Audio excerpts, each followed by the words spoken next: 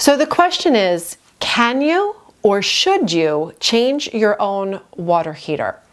Well, the answer is a little complicated. It's a yes and a no. It all depends on your skill set. Short story is, a few weeks ago, I had a leak from my water heater. My water alarm went off. I was made aware of it, and I called the company. They told me to try tightening a valve. 24 hours later, we still had a leak. They determined that it needed to be replaced. They would cover the cost of replacing the unit because it was 4 years into a 6-year warranty. So I call my plumber, who happens to be out of town for 2 weeks, and I trust him implicitly, but he wasn't around, and I knew he would take good care of me. He told me to call another guy. I called him, and that gentleman, very skilled, very professional man, but charges $1,000 for a water heater. It didn't matter to him that I said I would have the unit on hand, I would dispose of the other unit, and all I needed him to do was literally hook up the gas and the 2 water inlet valves, that I was going to do much of the work myself. He said, still $1,000, I work by the project, not the hour. So called 2 other guys, nobody could even come for days. So we were looking at an install price of $700 to $1,000. And I said, I'm going to do this myself. I was swapping out the exact same model. So all of the pipes were configured in the same location, and everything was an even swap. So I picked up the phone and I called my girlfriend and I said, I need a little bit of brawn over here. Can you give me a hand? Well, she and her husband showed up at my house. Now, don't assume, because it's a guy, that he's going to put this in for me. It's not his thing. It's not what he does for a living, but he had the strength and the brawn to help me move this with my girlfriend. So my friends came and we swapped the units up and down the stairs. We swapped out this unit in 2 hours. 2 hours. I had a brand new water heater and hot water flowing. But there were a couple of lessons that I wanted to share with you.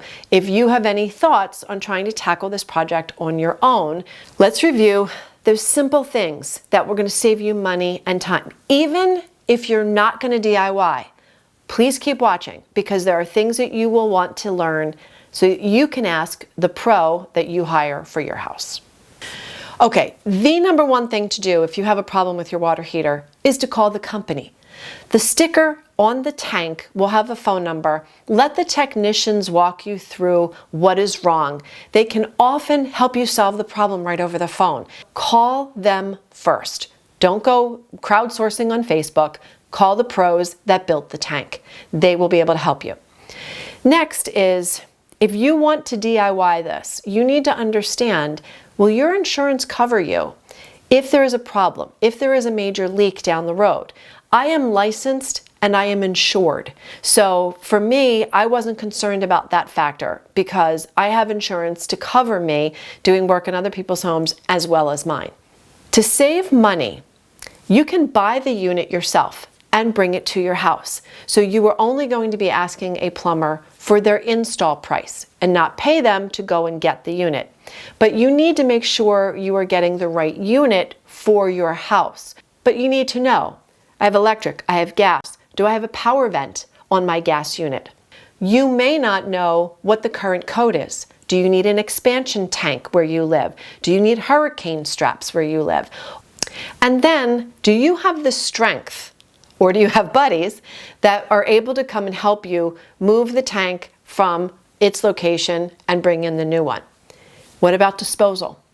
Some places will be able to put it out on the curb with your regular trash. Some places you may have to pay extra for that bulk pickup. And you might be able to have it curbside pickup for free by people that collect scrap metal. So those are things to think about. At the core of this is, do you have the skills, the plumbing skills to do this job? Are you comfortable soldering pipes? Do you know how to hook up a gas line? Are you comfortable using pipe dope and pipe tape?